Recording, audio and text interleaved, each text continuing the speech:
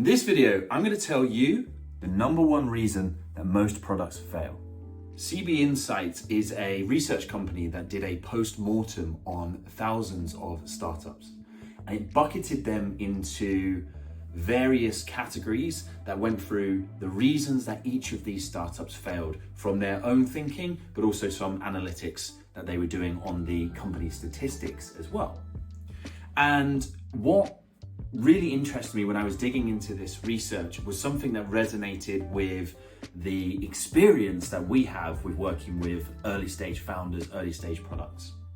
42% of the startups that they analyzed within their list died because they built a product no one wanted or needed and would not pay for. And this actually matches up with something that we've seen in our data here. When we speak with the founders who want to come through the minimal viable launch program, they have to do a survey to work with us. And in that survey, we ask them, how many customers have you spoken to about your idea before you want to invest in getting this thing built? And it blows my mind that 82% of those founders from our own internal data have told us they have spoken to less than 5. And I think if we were to change that question a little bit, we'd actually see that a lot of them had spoken to less than 1.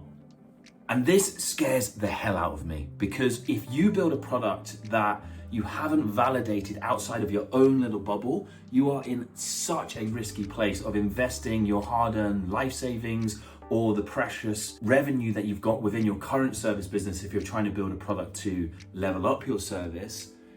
It's such a risk because you can think the idea is the best thing in the world and the market can feel like you've totally misunderstood their problem. You're not really listening to what they wanted. And in doing that, we end up in a situation where we have to talk to you about pivots. Pivots piss me off. Let's just put that out there. Pivots piss me off because if you're having to do too many pivots after your launch, it actually means one thing and one thing only. It's not this fail fast, move fast mentality of build something, test it, see what the market says.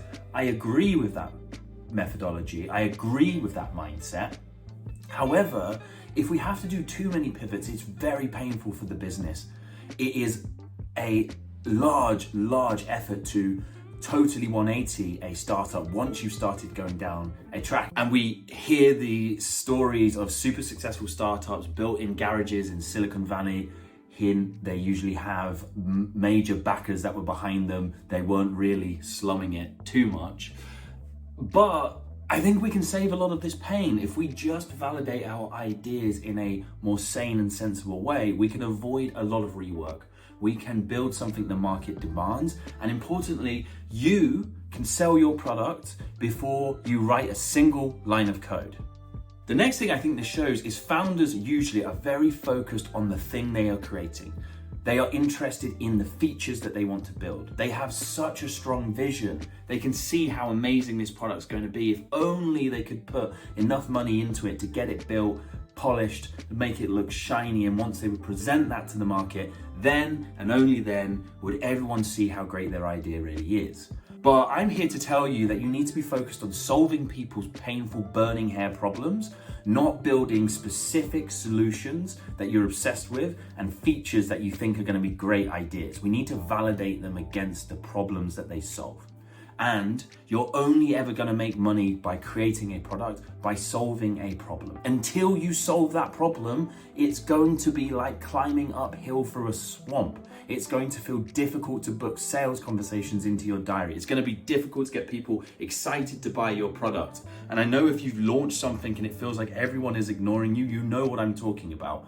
But when you find that little gem of innovation, someone's painful problem that you just happen to know the great solution to, and that's one thing I want to say to you all, is inside your personal experience as founders, as business people, or even in your lives in general, you know solutions to people's very painful problems that you are uniquely positioned to solve. If you focus on that mission, the market will get excited and you will find it difficult not to sell your product at this point.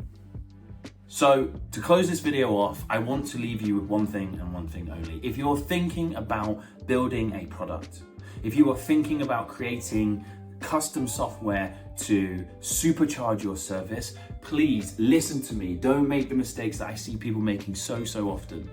I want you to focus on people's problems. I want you to validate that they want what you're intending to build before you write a single line of code. And if you do just that, I promise you, you will come up with a product that is easier to sell, that is way less risky to build, and that investors will get incredibly excited about and want to pull their wallets out and come on the journey with you.